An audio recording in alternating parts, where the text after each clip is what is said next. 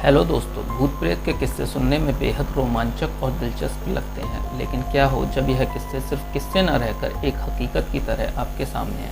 आज की युवा पीढ़ी भूत और आत्माओं के होने पर विश्वास नहीं करती, लेकिन जिस पर आप विश्वास नहीं करते वह असल में है ही नहीं, यह भी तो संभव नहीं है। तो दोस्तों, आज की कहानी एक ऐसी ही भूतिया जगह की कहानी है जिसके बारे में कहा जाता है कि इस जगह का निर्माण खुद भूतों ने ही किया था। जी हाँ, सही सुना आपने। आज हम आपको जिस जगह के बारे में बताने वाले हैं उस जगह को खुद भूतों ने ही बनवाया था। कहानी शुरू करूं उससे पहले एक छोटा सा इंट्रो। आप कहीं मत जाइएगा, बने रहिए हमारे साथ। और अगर आपने अभी तक हमारे चैनल को सब्सक्राइब नहीं किया है तो जल्दी से चैनल को सब्सक्राइब कर लें और बेल आइकन को भी दबा दें ताकि हमारी आने वाली सभी वीडियोज़ की नोटिफिकेशन आप तक पहुँचे सबसे पहले।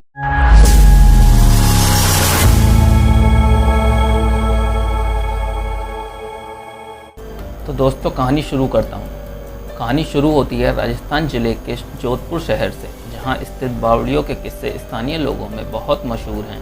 यहाँ पानी की कई बावड़ियाँ हैं जिनमें एक के बारे में कहा जाता है कि उसे भूतों ने बनवाया था।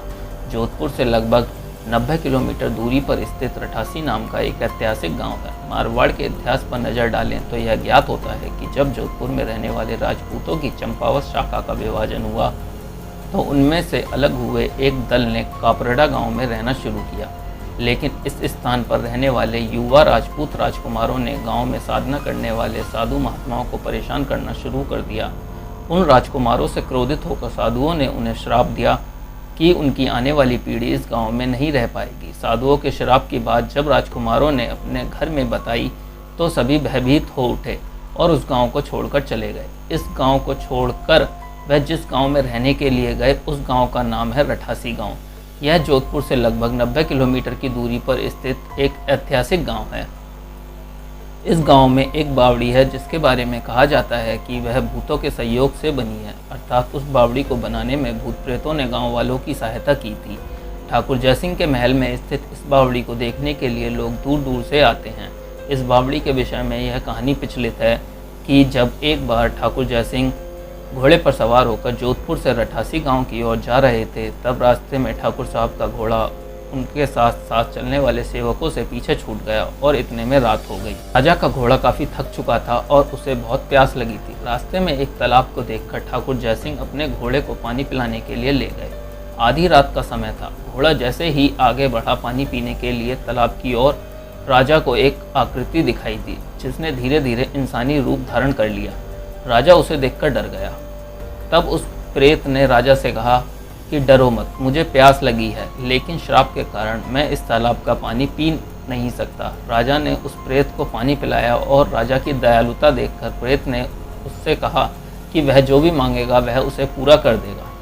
राजा ने प्रेत से कहा कि वह उसके महल में एक बावड़ी का निर्माण करे और उसके राज्य को सुंदर बना दे। भूत ने राजा के आदेश को स्वीकारते हुए कहा कि वो यह कार्य प्रत्यक्ष रूप से नहीं करेगा, लेकिन दिन भर में जितना भी काम होगा वह रात के समय में 100 गुना हो जाएगा।